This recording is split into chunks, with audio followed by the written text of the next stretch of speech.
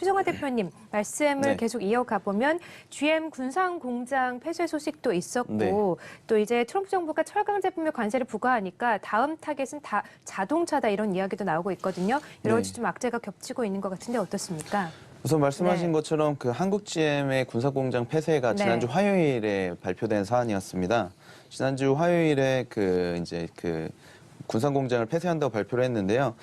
그동안 그 군산 공장이 어떻게 보면은 최근 3년 동안 가동률이 20%밖에 안 됐다고 그래요. 얘기를 하면서 네. 공장 운영이 앞으로 좀 어렵겠다 이렇게 얘기를 했었고요. 군산 공장에 지금 종사하고 있는 종사자들이 2,000명 정도가 됩니다. 네. 그런데 이 2,000명이 중요한 게 아니라 지금 어떻게 보면은 한국 GM 자체가 지금 16,000명 정도의 그런 그 인원수를 가지고 있거든요. 임직원을 가지고 있기 때문에 군산 공장 2,000명, 그리고 부평 공장에 10,000여 명, 그리고 창원 공장에 한 2,000명 정도가 있습니다.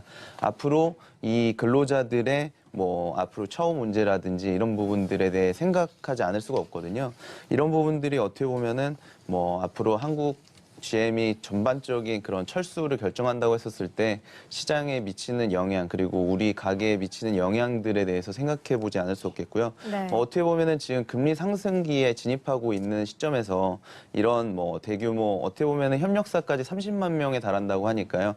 상당히 큰 악재로 작용할 수 있다 이렇게 말씀드릴 수 있겠습니다. 네. 그리고 두 번째 이슈 같은 경우에는 앞서도 부장님이 말씀하셨는데 한미약품 임상 이상이 그렇죠. 이제 중단된 그런 사태입니다. 어떻게 보면은 한미약품 같은 경우에 설날 연휴 직전에 이제 공시가 되면서 장이 끝난 이후였었거든요. 예. 그러면서 한미약품과 그 모회사인 한미사이언스 같은 경우에 시간의 단일가가 하한가로 좀 추락한 대응을 할 상황입니다. 수가 없었겠네요. 네, 그렇습니다. 네. 그래서 이 부분이 이제 오늘 증시에 좀 악재로 작용할 그렇겠어요. 예. 것으로 보여지고 있고요. 어떻게 보면은 제약바이오 업종이 그동안에 지수 상승을 계속 이끌었었는데 이런 한미약품의 임상 중단 사태가 어떻게 보면은 전반적인 시장의 그 센티멘트를 약화시키는 그런 요인이 되지 않을까 하는 우려들이 많이 있습니다.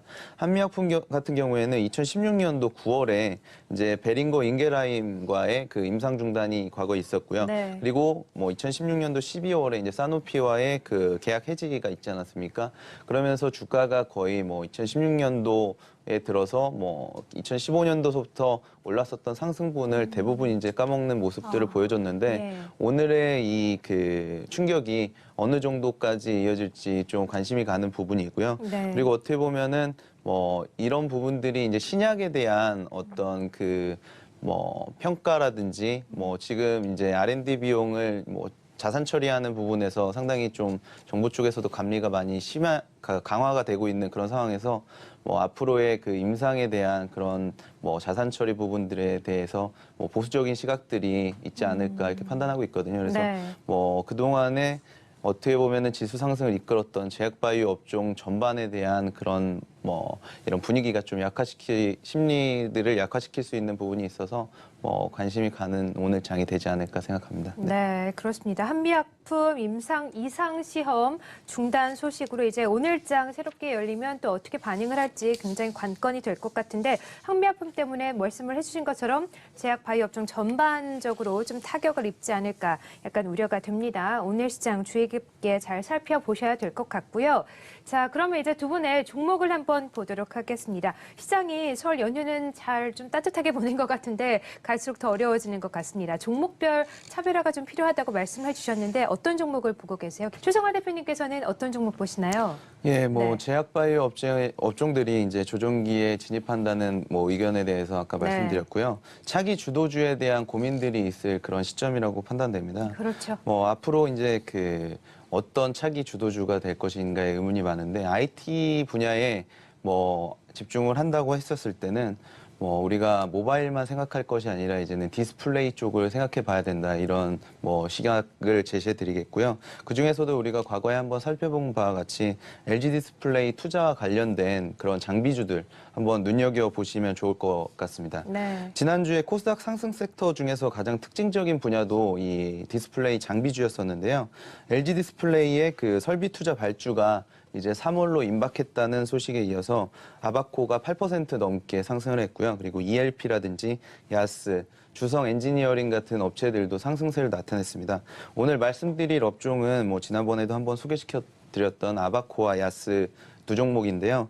일단은 지난달에 그 LG전자의 OLED TV 월 판매량을 보시면 14,000대를 기록을 했습니다. 이 부분은 지난해 1월에 5,000대를 상당히 2배 이상, 뭐 3배가량이 되는 그런 숫자로 보실 수 있겠고요.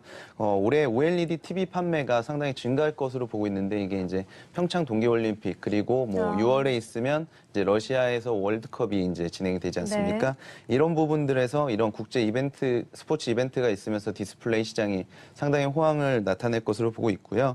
어떻게 보면은 이 화질 성능이 뛰어난 OLED TV에 대한 그런 점유율들이 앞으로 높아질 것으로 보고 있습니다. 그리고 OLED TV 가격도 상당히 뭐 떨어지고 있는 상황인데요. 2013년도 55인치 OLED TV가 1,500만 원 수준에 달했습니다. 네. 그런데 지금에 와서는 2,500만 원에서 300만 원 수준으로 거의 한 80%가량 수준까지 떨어진 상황이거든요. 이런 부분에서 이 그 $2,500 이상의 프리미엄 시장 중에서 OLED TV의 점유율이 올해에는 한 50% 이상으로 확대될 수 있다. 가격이 많이 낮아졌군요. 네, 그렇게 전망하고 있습니다. 지난해 그 OLED TV 시장에서, 그 전체 프리미엄 TV 시장에서 OLED TV가 차지하는 비중이 35% 정도였었거든요. 근데 올해 한 50%가량 상승할 것으로 보고 있고, 이런 부분들이 어떻게 보면 LG 디스플레이의 이 OLED TV 패널, 그 생산 캐파를 늘리려고 하는 그런 요인이 되지 않나 이렇게 보고 있습니다. 그런데 이제 그 어떤 업체들이 수혜를 볼 수 있냐 말씀드리자면 아바코 같은 업체는 이제 그 세계 최초로 8세대 이상급 대형 그 옥사이드 스토퍼를 개발에 성공한 업체이기 때문에 뭐 앞으로 LG 디스플레이가 이렇게 대형 TV 패널들을 생산한다고 했었을 때 가장 뭐 수혜를 볼 수 있는 그런 업종이라고 보실 수 있겠고요. 이런 부분의 발주가 이제 3월 달로 임박해 있다 이렇게 말씀드릴 수 있겠습니다. 뭐 2018년도 예상 실적 같은 경우에도 매출액은 3천억 원가량으로 이제 지난해 대비해서 50%가량 상승할 것으로 보고 있고요. 네. 영업이익 또한 275억 원으로 8배가량 상승할 것으로 보고 있습니다. 그래서 이런 부분들이 상당히 저평가되어 있는 그런 분야다 말씀드릴 수 있겠고요. 야스 같은 경우도 이 대형 패널에 들어가는 이 증착 장비를 생산하고 있는 업체인데요. 어떻게 보면 세계에서 유일하게 8세대 이상의 대형 OLED 패널 장비로 되어 있기 때문에 앞으로도 상당한 주가 상승세를 나타낼 것으로 보고 있습니다. 네. 자, 수상원 대표께서는 OLED 수요가 빠른 속도로 증가하고 있다는 의미에서 아바코와 야스 관련된 종목으로 관심 종목으로 주셨습니다.